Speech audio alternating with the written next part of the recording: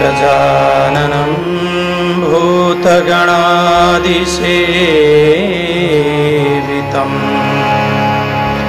कपित्थजम्बो फलचारुभक्षणम् उमासुतं शोकविनाशकारकं नमामि विघ्नेश्वरपादपङ्कजम्।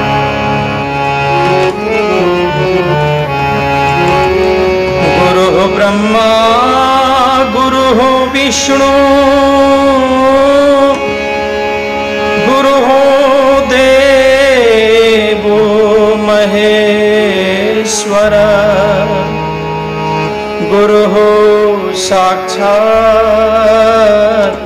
परब्रह्म तस्मै श्री गुरवे नमः। सज्जनवृन्द, सधैँ जस्तै आज पनि हामी उपस्थित भइसकेका छौँ श्रीमद् भागवतका कथा प्रसङ्गलाई लिएर। हामीले योभन्दा अगाडिको प्रसङ्गमा श्रवण गरेका थियौँ श्रीमद् भागवतको महात्म्यको पहिलो अध्यायको प्रसङ्गलाई, जसमा ज्ञान वैराग्य भक्तिको जुन कष्ट छ, कष्टलाई निवारण गर्नका लागि नारद मुनिले प्रयत्न गर्नुभयो, केही आश्वासन दिनुभयो माता भक्तिलाई। तत्पश्चात माता भक्तिले भुरी भुरी प्रशंसा गर्नुभएको छ नारद मुनिको। यो प्रसङ्गलाई हामीले श्रवण गरेका थियौँ भने आज दोस्रो अध्यायमा गएर अब नारद मुनिले कस्ता किसिमका कर्महरू गर्नुहुँदो रहेछ ज्ञान वैराग्यलाई स्थापित गर्नका लागि, ज्ञान वैराग्य भक्तिलाई स्थापित गर्नका लागि, यसलाई हामी श्रवण गर्न गइरहेका छौँ। वृथा खेदयसे बाले अहो चिन्तातुरा कथं श्रीकृष्ण चरणं भोजं स्मर दुःखं गमिष्यति। हे देवी, नारद मुनि भन्नुहुन्छ, देवी तिमीले कुनै प्रकारको चिन्ता गर्नु पर्दैन। भगवान श्रीकृष्णको चरणको शरण ग्रहण गर, जसद्वारा सम्पूर्ण तिम्रो दुःखहरू हटेर जान्छ। जुन परब्रह्म परमात्माले द्रौपदीलाई परित्राण गर्नुभएको छ कौरवहरूका चङ्गुलबाट, जुन परब्रह्म परमात्माले गोपिनीहरूलाई पालन गर्ने काम गर्नुभयो, र त्यस्ता किसिमका भगवान श्रीकृष्ण कहीँ पनि जानुभएको छैन। तिमी त भक्ति हो, भगवान की सबैभन्दा प्यारी हो, प्राणभन्दा पनि अधिक प्यारी रहेकी छौ। तिम्रा लागि त परब्रह्म परमात्मा नीचभन्दा नीचका घरमा जानका लागि पनि तत्पर हुनुहुन्छ, तयार हुनुहुन्छ। हेर, सत्य त्रेता द्वापर यी 3 युगहरूमा मुक्ति गति कसरी प्राप्त गर्न सकिन्थ्यो? ज्ञान र वैराग्यद्वारा मात्र मुक्ति गतिलाई प्राप्त गर्न सकिन्थ्यो। तर कलियुगमा भक्तिद्वारा मात्रै मुक्ति गतिलाई प्राप्त गर्न सकिन्छ। सज्जन, एउटा विचारणीय विषय छ, हामी विचार गरौँ त। हामीलाई ज्ञानका कुरा गर्दै गइयो भने निद्रा लाग्न थाल्दछ, डुसो डुसो निद्रा लाग्न थाल्दछ, ऊँग आउन थाल्दछ।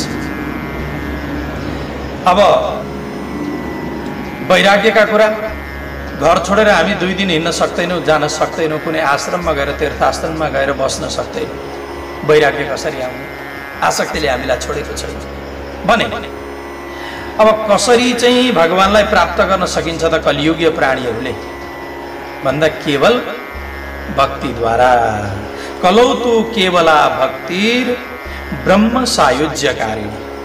परब्रह्म परमात्माका साथमा एक गर्नका लागि कलियुगमा केवल भक्ति मात्रै रहेको छ।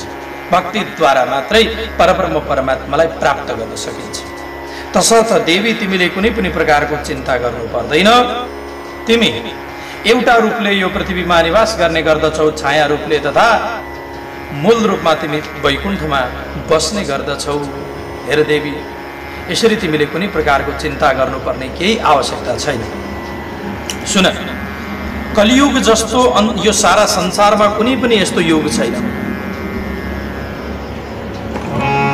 कलिना सदृश कोपी युगो नास्ति वरानने तस्मिन् त्वां स्थापयिष्यामि गेहे गेहे जने जने। यो संसारमा कलियुग जस्तो अर्को कुनै पनि युग छैन। तसर्थ देवी प्रत्येक घर घरमा प्रत्येक जन जनमा म तिम्रो स्थापना गर्नेछु, चारैपट्टि भक्तिमय बनाउनेछु यो सारा संसारलाई। देवी तिमीले कुनै प्रकारको चिन्ता गर्नु पर्दैन, बिल्कुल चिन्ता नगर।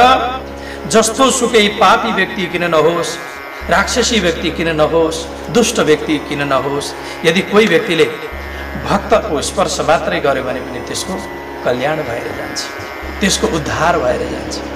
यदि कसैले भक्तसँग द्रोह गर्ने काम गर्यो त्यसको फेरि यो संसारमा उद्धार छैन, कल्याण छैन। भक्तको निन्दा गर्ने काम गर्यो, यसो हेर्दाखेरि त हामीले सामान्य रूपले समाजमा के देख्ने गर्दछौँ भने जसले भक्ति गरेको हुन्छ नि त्यसले पीडा भोग्दैछ कि जस्तो हाम्रा मनमा हुन्छ, तर वास्तवमा यस्तो हुँदैन। देखिन्छ पीडा भोगे जस्तो हामीलाई लाग्दछ, तर वास्तवमा यो हुँदैन। उसले आफूले म पीडा भोग्दैछु भनेर उसले भन्दै उसका लागि त्यो पीडा नै आनन्दको क्षण हुने गर्दछ। भगवानका लागि ऊ पीडा सहन गर्नका लागि पनि तयार छ। सज्जन भक्तहरू कस्तो हुनु पर्दछ त गोपिनीहरू जस्तो। गोपिनीहरूको जस्तो भक्ति कसैले पनि गर्न सक्दैन। त्यस्तो किसिमको भक्ति हुनु पर्यो। भगवान श्रीकृष्णलाई ठिक हुन्छ, भगवान श्रीकृष्णको इच्छा छ भनेपछि भगवान श्रीकृष्णको इच्छा विपरीत उनीहरू जाने कामै गरेका छैन। एक समयको गुरु परब्रह्म परमात्मा भगवान श्रीकृष्णले द्वारकामा सबैको परीक्षा लिने विचार गर्नुभयो। माता रुक्मिणीका मनमा पनि एक प्रकारको अहङ्कार आयो, म बडा सुन्दरी छु, राम्री छु, भगवानको खूब मजाद्वारा राम्रो प्रकारले म सेवा शुश्रूषा गर्दछु, राम्ररी म भगवानकी परम भक्ता हुँ भन्ने माता रुक्मिणीका मनमा आयो। नारद मुनि पनि त्यो टुक्रो गाइपुग्नु भएछ। अनि नारद मुनिले पनि सोच्नुभयो कि म परब्रह्म परमात्मा भगवान श्रीकृष्णको परम भक्त हुँ, म जस्तो श्रेष्ठ भक्त त यो संसारमा कोही पनि छैन भन्ने नारद मुनिका मनमा भयो। भगवानले सोच्नुभयो मेरा भक्तका मनमा अहङ्कार आउनु यो ठिक हो, भक्तिको पनि अहङ्कार आउनु हुँदैन, म भक्ति गर्दछु भन्ने पनि अहङ्कार आउनु, म भक्त हुँ भन्ने पनि अहङ्कार आउँदैन। के भन्नुपर्दछ? भक्तले के भन्छ? दासानु दासो भवितास्मि भूय प्रभु, म त हजुरको दासको पनि दास, दासको पनि दास, दासको पनि दास हो। म केही होइन, चरण किङ्कर, केही एउटा चरणको धुलो, हजुरका चरणमा लागेको धुलो, त्यही हुन पाए पनि मलाई बस मेरो सौभाग्यको कुरो हुन्थ्यो। त्यहाँभन्दा धेरै म केही पनि होइन भनेर भक्तले यही इच्छा गर्दछ। दुनियाँलाई देखाउँदैन कि म बडा ठुलो भक्त हुँ भनेर, देखाउनु पर्ने आवश्यकता पनि छैन। भक्तले देखाउने कदापि काम गर्दैन। तर वास्तविक भक्त कस्तो हुनु पर्यो? गोपिनीहरूको जस्तो हुनु पर्यो। नारद मुनिका मनमा, रुक्मिणीका मनमा, अन्य रानीहरूका मनमा पनि अहङ्कार छ कि हामी बडा भक्ता हौँ भन्ने किसिमको अहङ्कार छ, भक्त हौँ भन्ने अहङ्कार छ।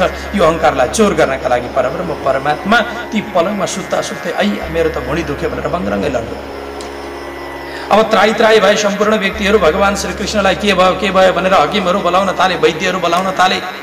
सबै छक्क पर्छन्, यसो नाडी चेक गरी हेर्छन्, नाडी जाँची हेर्छन्, कहीँ केही पनि देखिँदैन त्रुटि, सबै कुरो ठिकठाक छ। फेरि पनि भगवान भन्नुहुन्छ मेरो पेटमा दुख्दै छ, भुँडी दुखिरहेको छ भन्नुहुन्छ भगवान। अन्तिममा गएर नारद मुनिले सोध्नुभयो कि के चाहिँ रहेछ कुरो त भगवानसँग सोध्नु पर्यो। सोच्नुभयो जब नारद मुनिले भगवानको बारेमा, अनि भगवानसँग सोध्नका लागि भनेर नारद मुनि जानुहुन्छ र परमात्मा भगवान श्रीकृष्णसँग सोध्दै भन्नुहुन्छ कि हे प्रभु, एउटा कुरो म जान्न चाहन्छु, कृपा गरेर मलाई बताइदिनुहोस्। आजभन्दा अगाडि पनि तपाईँलाई यसरी कुनै दिन पेटमा उदर पीडा भएको थियो, उदर सुल भएको थियो? कृपा गरेर त्यस्तो भएको थियो पनि मलाई बताइदिनुहोस् न, म जान्न चाहन्छु भनेर जब नारद मुनिले यसरी सोधेपछि परमात्माले भन्नुभयो कि मलाई पहिले पनि भएको थियो। अनि कसरी ठिक भयो? मेरी आमा यशोदाले आफ्ना चरण धोएर मलाई त्यो पानी खुवाइदिनु भएको थियो, मेरो ठिक भएको थियो। महाराज, मेरा मनमा के छ भने पक्का पनि यदि कुनै मेरो सच्चा भक्तले आफ्ना चरण धोएर मलाई अलिकति त्यो पानी पिलाइदियो भने सायद मेरो यो पेटको पीडा, उदर शूल ठिक हुन्छ जस्तो लागिरहेछ। लो महाराज, अब विचार गर्नुहोस्, कसले पिलाउने भनेपछि नारद मुनि पनि पछि पछि सर्नुभयो, रुक्मिणी माता पनि पछि पछि सर्नुभयो, सम्पूर्ण व्यक्तिहरू पछि पछि सरेका छन्। कोही पनि भगवानलाई आफ्ना चरण धोएर पिलाउनका लागि तयार छैन। उनीहरूलाई डर छ, भगवानलाई आफ्ना स्वामीलाई यदि चरण धोएर पिलाउने चेष्टा गरियो भने हुन्छ के नरकमा जानु पर्दछ, नरकमा जानसँग उनीहरू डराउँछ। अन्तिममा भगवानले भन्नुभयो कि नारद मुनि यहाँ कोही पनि छैनन् मलाई यसरी माया गर्नेवाला व्यक्ति, तसर्थ तपाईँ जानुहोस्, गएर एकचोटि माता यशोदा गोकुलका गोपिनीहरूलाई गएर हजुरले मेरो सन्देश सुनाइदिनुहोस् न भनेपछि नारद मुनि हर जानुहुन्छ। गोकुलमा पुग्नुभयो, जस्तो वृन्दावन गोकुलमा पुग्नुहुन्छ त्यहाँ पुग्ने बित्तिकै सम्पूर्ण गोपिनीहरू दौडिँदै आउँछन् नारद मुनिका सन्निधिमा। नारद मुनिसँग आएर भलाकुसारी सोध्दै भन्न थाले कि नारद मुनि एउटा कुरो बताइदिनुहोस्, हजुर त चारैपट्टि दौडिरहनुहुन्छ, हिँडिरहनुहुन्छ, तसर्थ एउटा कुरो म हजुरसँग सोध्न चाहन्छु, हामी सोध्न चाहन्छौँ भनेर ती गोपिनीहरूले भन्न थाले। के हो महाराज भन्नुहोस् न। त्यति बेला गोपिनीहरूसँग नारद मुनिले भन्नुभयो देवी हो, अब मैले के बताउँ त, सबै कुरो राम्रै छ, राम्रै प्रकारले चलिरहेको छ, ठिकठाक छ। अन्तिममा गएर गोपिनीहरू सोध्छन् कि हाम्रो लाला हजुर त चारैपट्टि डुल्नुहुन्छ, हिँड्नुहुन्छ, हाम्रा लाला भगवान श्रीकृष्ण द्वारकाधीशको के छ खबर, तपाईँलाई त थाहा होला नि महाराज, भनिदिनुहोस् न, हजुरलाई थाहा छँदैछ होला भनेपछि त्यति बेला नारद मुनि भन्नुभयो कृष्णकै खबर लिएर आएको हो, तपाईँहरूकै कन्हैयाको खबर लिएर आएको हो। के खबर छ? कृष्णलाई साह्रै धेरै उदरशूल भइरहेको छ, पेटमा पीडा भइरहेको छ, साह्रै पेट दुखिरहेको, जसको कारणले गर्दा औषधिको खोजी गर्दै गर्दै आएको हो। के छ औषधि भन्नुहोस्, हामी दिनका लागि तयार छौँ। अरे कृष्ण यदि बाँच्छन्, कृष्णलाई ठिक हुन्छ, कृष्ण सही सलामत हुन्छन् भने आफ्नो प्राण पनि न्यौछावर गर्नका लागि हामी तयार छौँ भनेछन् गोपिनीहरू। त्यति बेला नारद मुनि भन्नुहुन्छ होइन गोपिनी हो, प्राण दिनु पर्दैन, प्राण दिइराख्नु पर्ने आवश्यकता छैन, मात्र एउटा काम गर कि तिमीहरूले प्राण दिने कुनै आवश्यकता छैन। कि कृष्णले के भन्नुभएको छ भने कि आफ्ना भक्तले आफ्ना चरण धोएर त्यो पानी मलाई पिलाउँछ भने मेरो उदरशूल ठिक हुन्छ भन्नुभएको छ। त्यसै कारणले गर्दा म त त्यसको खोजी गर्दै गर्दै आएको हुँ भनेपछि गोपिनीहरूले सबैले आफ्ना गोडा अगाडि बढाएछ, आफ्ना पाउ अगाडि बढाउँदै भन्न थाले नारद मुनि हाम्रो पाउ धोएर हामी दिन्छौँ भन्छन्, म दिन्छु भन्छन्, एउटी अर्की भन्छन् म दिन्छु भन्न थाले। नारद मुनिले भन्नु गोपिनी हो तिमीहरू के भन्दैछ, तिमीहरूलाई थाहा छ यो कुरो भन्दा के भन्दैछ, यति कुरो पनि तिमीहरूलाई थाहा छैन?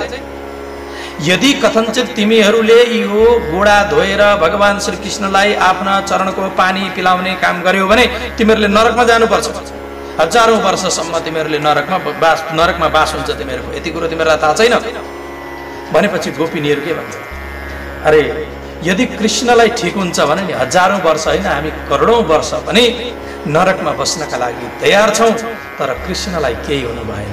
यसलाई भनिन्छ सच्चा प्रेम, सच्चा भक्ति। सच्चा तत्पश्चात नारद मुनि हर्रा हुनुहुन्छ, आउँदा नआउँदा त भगवान श्रीकृष्ण ठिक भइसक्नु भएको थियो, ठिकठाक भइसक्नु भएको थियो। यति बेला नारद मुनिका मनमा भयो कि ओहो म सच्चा भक्त रहेन रहेछु, गोपिनीहरूका छेउमा म न्यून भएँ, म सानो भएँ। नारद मुनिका मनमा पनि भयो यस्तो किसिमको गोपिनीहरूको जस्तो भक्ति। कारण के त भन्दा गोपिनीहरूले परब्रह्म परमात्मालाई सम्पूर्ण समर्पण गरेका छन्। समर्पण हुनु पर्यो, नतमस्तकपना हुनु पर्यो, आत्मनिवेदन सम्पूर्ण कुरो। हे भगवान अब ममा केही पनि छैन, तेरा तुझको अर्पण क्या लागे मेरा, म केही जान्दिनँ भनेर नतमस्तक हुनु पर्दछ, भगवानका शरणमा जानु पर्दछ। यसलाई भनिन्छ वास्तविक भक्ति।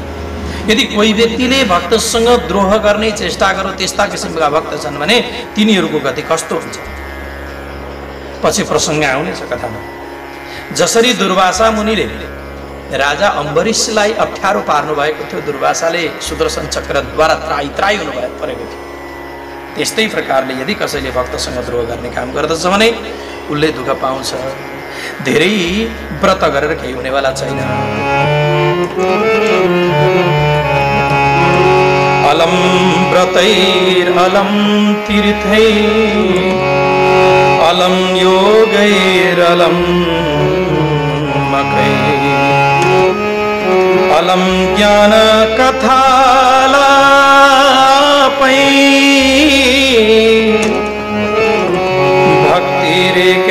भक्तिरेकैव मुक्तिदा एव मुदिदा। धेरै व्रत गरेर केही हुनेवाला छैन, धेरै तीर्थ घुमेर केही हुनेवाला छैन, योगका कुरा त्यस्तै प्रकारले अन्य कथाहरू भए ती धेरै गरेर केही हुनेवाला छैन, केवल भक्तिद्वारा मात्रै मुक्ति गतिलाई प्राप्त गर्न सकिन्छ भनेर यसरी नारद मुनिले भक्तिको खूब मजाले प्रशंसा गर्नुभयो, भोरिभरि प्रशंसा गर्नुभएको छ। त्यसै बेलामा माता भक्ति भन्नुहुन्छ, हे नारद मुनि तपाईँ धन्य हुनुहुन्छ जो आज यहाँसम्म आइदिनु भयो। म तपाईँलाई कहिले पनि छोड्दिनँ, म तपाईँका हृदयमा सधैँभरि बसिरहन्छु। चित्ते स्थास्यामि सर्वदा, सधैँभरि म हजुरका हृदयमा बसि नै रहने काम गर्दछु। तर महाराज कृपा गरेर म माथि एउटा ठुलो कृपा गरिदिनुहोस्, मेरा पुत्रहरूमा चेतना छैन, तसर्थ मेरा पुत्रहरूमा चेतना ल्याइदिने काम गर्नुहोस् न, वृद्ध भएर सुतिरहेका छन् महाराज भनेर यसरी भक्ति माताले भनिसकेपछि अब नारद मुनि जानुहुन्छ ज्ञान वैराग्यका कानकै छेउमा गएर अनि भन्न थाल्नुभयो, समुच्चरै ठुलो शब्द उच्चारण गर्न थाल्नुभयो। समुच्चारण मुखम संयुज्य करणान्ते शब्दमुच्चैहि समुच्चरण, ठुलो शब्दमा भन्न थाल्नुभयो। ज्ञानम प्रबुध्यतां शीघ्रम रे वैराग्य प्रबुध्यतां। हे ज्ञान उठ, हे वैराग्य उठ। बार बार गीता पाठ गर्नुभयो, वेदको कोष गर्नुभयो, वेदान्तको कोष गर्नुभयो, उठेनन्। कसो कसो गरेर एकचोटि बल्ल बल्ल बल्ल बल्ल उठेका थिए कि पुनः स्वाप परायण, फेरि डङ्ग लडे। जसरी सुकेको वृक्ष कोही काठ काट्ने व्यक्तिले काट्दै काट्दै जाँदाखेरि जसरी लड्छ त्यो डङ्ग गरेर लड्छ, त्यस्तै प्रकारले लडेर गयो। लडे ती दुवैजना डङ्ग जस्ताका तस्तै लडे। त्यसै बेलामा नारद मुनिलाई बडा नराम्रो लाग्यो, अत्यन्त चिन्तित हुनुभएको छ। मैले वचन दिएँ भक्तिलाई, तपाईँका छोराहरूलाई म जस्ताको तस्तै बनाइदिन्छु, तरुण बनाइदिन्छु भनेर वचन दिएँ, तर दिन आज मैले यिनीहरूलाई बनाउन सकिनँ, मैले मरे समान भयो भन्ने भयो। उहाँका मनमा खिन्न मन लिनुभएको थियो कि त्यसै बेलामा आकाशवाणी भयो। आकाशवाणीले के भन्यो, हे नारद मुनि तपाईँले गर्नुभएको जुन उद्यम छ, इलम छ, यो सफल भइसकेको छ। तर तसर्थ हे नारद मुनि तपाईँ जानुहोस्, गएर सत्कर्म गर्नु, सत्कर्मद्वारा ज्ञान र वैराग्यको जुन कष्ट छ त्यो हटेर जान्छ भनेपछि नारद मुनि अब त्यहाँबाट निक्लिनुभयो।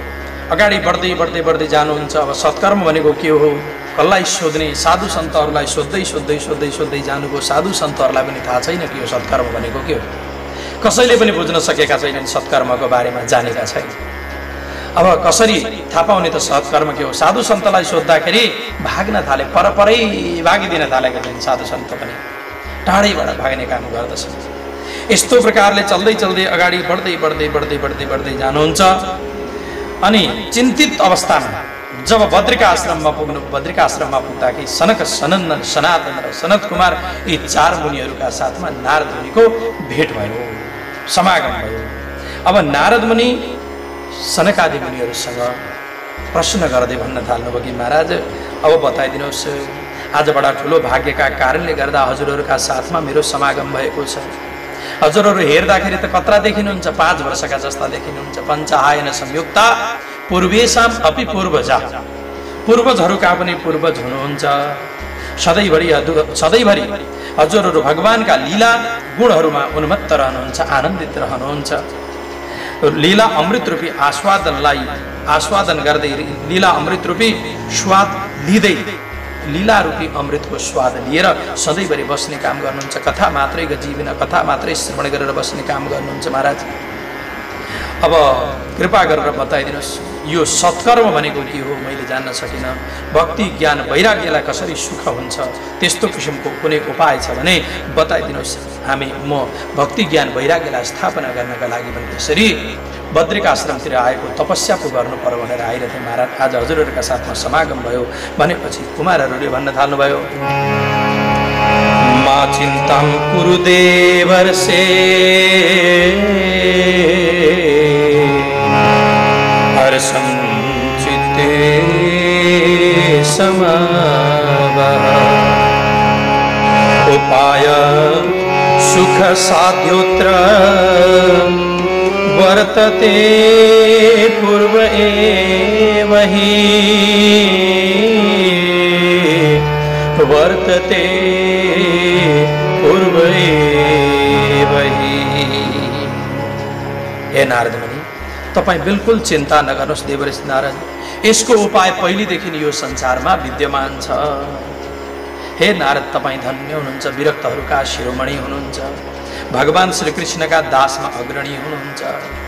यहाँभन्दा त तपाईँले के भन्नु र महाराज, यो सत्कर्मका उपदेशक एकदम भाग्यले मात्र प्राप्त गर्न सकिन्छ, साह्रै कम्ती मात्रै छन्। वास्तविक रूपले उपदेश दिनेवाला व्यक्तिहरू साह्रै कम्ती मात्रै रहेका छन्, गुप्त रूपमा रहेका छन्। तसर्थ हामी बताउन गइरहेका छौँ, सत्कर्म जुन आकाशवाणीले भन्यो त्यसलाई सुन्नुहोस्। विविध प्रकारका यज्ञहरू रहेका छन्। कस्ता कस्ता किसिमका यज्ञहरू छन् त? द्रव्य यज्ञ, तपो यज्ञ, योग यज्ञस्तथा परे, स्वाध्याय ज्ञान यज्ञश्च ते तु कर्म विसूचका, ते तु कर्म विसूचका। अलग अलग किसिमका यज्ञहरू रहेका छन्। द्रव्य यज्ञ, स्वाध्याय यज्ञ, त्यस्तै प्रकारले योग यज्ञ रहेको छ, तपो यज्ञ रहेको छ, ज्ञान यज्ञ रहेको छ। यी कर्मका सूचकहरू रहेका छन् र यिनीहरूमा सत्कर्म भनेको के हो त भन्दा ज्ञान यज्ञ हो। र ज्ञान यज्ञ केलाई भनिन्छ? श्रीमद् भागवतलाई भनिन्छ, जसलाई सुखदेव आदि गरिएका मुनिहरूले गान गर्ने काम गरेका छन्।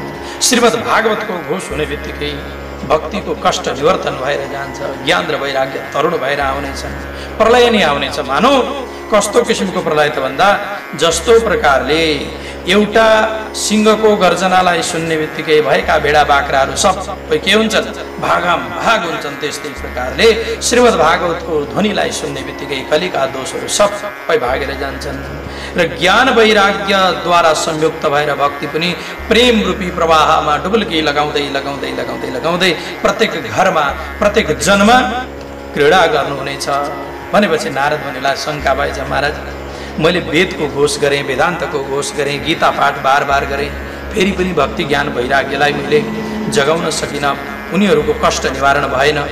र श्रीमद् भागवतको पाठ गर्नाले, श्रीमद् भागवत कथा गर्नाले कसरी उनीहरूको कष्ट निवारण होला र महाराज? अलिकति चित्त बुझेन नि। किन त? किनभने मैले के काम गरेँ? मैले वेदको घोष गरेँ, वेदान्तको घोष गरेँ, गीता पाठ लगाएँ, बार बार गरेँ, यति हुँदाहुँदै पनि उनीहरूको कष्ट निवारण भएन। र कारण के छ त भन्दा, श्रीमद् भागवत भनेको वेदको सार रहेको छ, श्लोक श्लोकमा पद पदमा वेदको सार रहेको छ, वेदान्तको सार रहेको छ, गीता आदिको सार रहेको छ। पनि अब कृपा गरेर बताइदिनुहोस्, मेरो मनको संशयलाई छेदन गरिदिने काम गर्नुहोस् महाराज, विलम्ब नगर्नुहोस्, शरणागत वत्सल। हे प्रभु, मलाई बताइदिनु पर्यो। भनेपछि कुमारहरू भन्नुहुन्छ, हे नारद, तपाईँले भनेको कुरो एकदम ठिक हो, 100% ठिक हो। किन? कारण यो रहेको छ कि श्रीमद् भागवत भनेको वेद र उपनिषदको सार हो। वेद र उपनिषदको सार श्रीमद् भागवत हो। अति उत्तम किसिमको रहेको छ। जस्तो प्रकारले कुनै पनि चिजमा त्यसको रसमा मिठास हुन्छ, त्यसको रुख मिठास हुँदैन। कुनै पनि चिजको रुखैमा मिठास हुँदैन, तर त्यसको रसमा मिठास हुन्छ। जस्तो प्रकारले एउटा दुधमा घिउ छ तर देखिँदैन, दुधमा घिउ छ तर त्यो घिउ दुधै म पछि घिउ भइहाल्छ भनेर त्यतिकै दुध राख्यो भने आउला त घिउ? प्राप्त होला त? आउँदैन। त्यसलाई के गर्नु पर्यो? तताउनु पर्यो, मन्थन गर्नु पर्यो, तताएर त्यसलाई राम्ररी जमाउनु पर्यो, जमाएर अनि मन्थन गर्नु पर्यो, मन्थन गरेपछि मक्खन निक्लिन्छ, मक्खनलाई तताउनु पर्यो, अनि तताइसकेपछि मात्र घिउ निक्लिन्छ। घिउले जुन काम गर्दछ त्यो दुधले गर्दैन। घिउ भनेको श्रीमद् भागवत हो, दुधको सार। अनि त्यस्तै प्रकारले वेद वेदान्त आदि उपनिषद आदि भनेका चाहिँ दुध जस्तो। त्यसै गरे एउटा उखुमा शर्करा छ, उखुमा शर्करा छ, सक्खर छ। सक्खर त छ तर त्यसै उखुबाट आउँदैन। त्यतिकै सक्खर छ भनेर हामीले उखु भाँच्यौँ गर्यौँ, यसो धुरीमा कतै सिउरी दिउँ भने के प्राप्त होला त? हुन सक्दैन। त्यसलाई पनि ल्याउनु पर्यो, कोलमा पेल्नु पर्यो, पेलिसकेपछि त्यसबाट रस निक्लिन्छ, रसलाई पकाउनु पर्यो, राम्रो प्रकारले पकाएपछि त्यसबाट सक्खर बनिन्छ। सखर निक्लिन्छ। सखरले जुन काम गर्दछ त्यो उखुले गर्न सक्दैन। सखरको काम उखुद्वारा हुँदैन। उखु भनेको चाहिँ उपनिषद र वेद वेदान्त जस्ता भई त्यस्तै प्रकारले सखर चाहिँ श्रीमद् भागवत जस्तो भयो। यो श्रीमद् भागवत भनेको सार रहेको छ। महाराज तपाईले बिर्सिनु भयो नि हैन? जब वेदव्यासजी महाराज मोहरूपी सागरमा डुबेका बेलामा हजुरले नि गएर श्रीमद् भागवतको उपदेश गर्नुभएको होइन? चतुश्लोकी भागवतको उपदेश गर्नुभएको होइन? किन बिर्सिनु यसरी? महाराज यसरी नबिर्सिनुहोस् न, बिर्सिन त पाइँदैन नि। श्रीमद् भागवतको यदि घोष हुने बित्तिकै दुःख कष्ट सम्पूर्ण निवारण भएर जान्छ भनेपछि नारद मुनि अति प्रसन्न हुनुभएको छ। सनकादि मुनिहरूको भोरी भोरी प्रशंसा गर्न थाल्नुभयो। महाराज आज तपाईँहरूको समागमका कारणले गर्दा मेरो सम्पूर्ण दुःख हटेर गएको छ। प्रेम रूपी प्रकाश मेरा हृदयमा हजुरहरूले उजागर गराइदिनु भएको छ, जागृत गराइदिनु भएको छ। प्रेम रूपी दीप बालिदिनु भएको छ, उद्दुक्त गरिदिने काम गरिदिनु भएको छ। म हजुरहरूले भने बमोजिम त्यही कुरोलाई अगाडि बढाउन गइरहेको छु भनेर भन्दै हुनुहुन्छ। श्रीमद् भागवतको आयोजना गर्छु भन्नुभयो।